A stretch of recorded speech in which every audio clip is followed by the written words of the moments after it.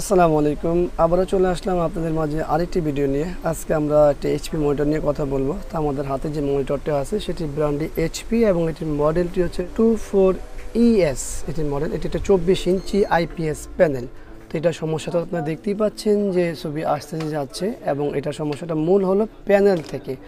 তো এখানে অলরেডি দুইটা সিগনেচার আছে, এটা একটা দোকানে দেওয়া হয়েছে, ওইখানে সিগনেচার, পাশাপাশি এটা হলো কালকে যখন আমি রিসিভ করেছি তার একটা সিগনেচার।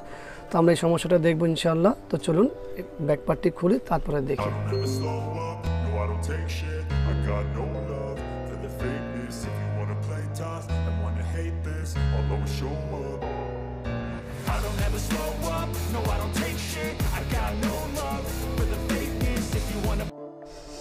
এই হলো আমাদের ব্যাক পার্টটি ওপেন করা হয়ে গেল। আপনারা দেখতে পাচ্ছেন এইখানে আমাদের ভিডিও বোর্ড, পাশাপাশি এইখানে হলো আমাদের টিকোন বোর্ড। আমরা যে জায়গাটিতে কাজ করব, তো প্যানেলের টিকোন বোর্ডের সমস্যা আমরা এখান থেকেই এই প্যানেলটি রিপেয়ার করার চেষ্টা করব। তো চলুন আমরা সর্বপ্রথম এই ফ্রেমটি খুলে দেখি।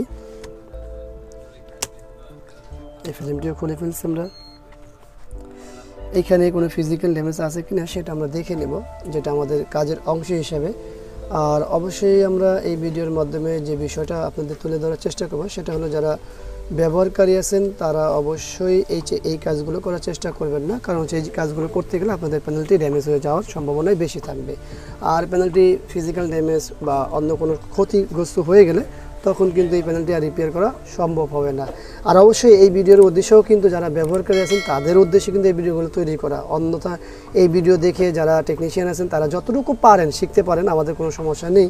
কিন্তু মূল উদ্দেশ্য কিন্তু আমাদের এই ভিডিওটি, সেটা হলো ইউজারদের, যারা ব্যবহারকারী আছেন তাদের উদ্দেশ্য। তো চলুন আমরা এটাকে পাওয়ার দিব।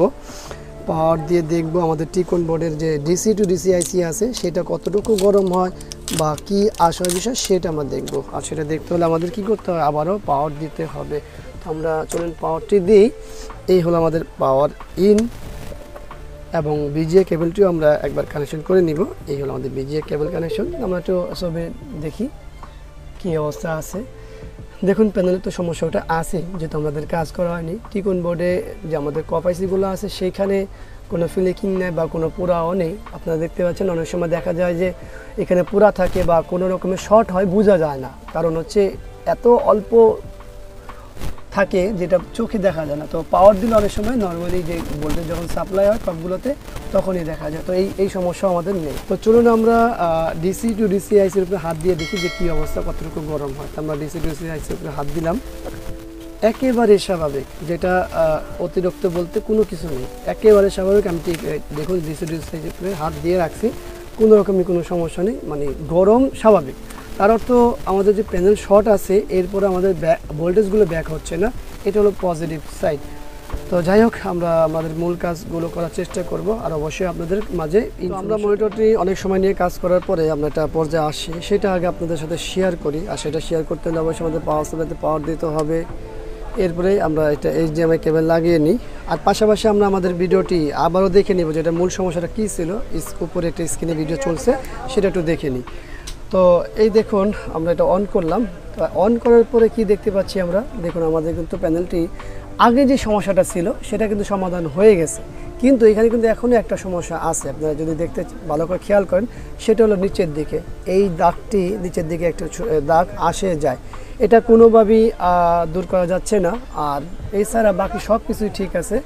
আপনারা স্ক্রিনটা আমি বড় করে দিই, দেখুন স্ক্রিনটি বড় করলে পারফেক্ট একেবারে, মানে এখানে আর কোনো কিছু বলার নেই, যেটা এই বা সেই কালার এটা ওইটা, এখানে আর কোনো কিছুই নেই।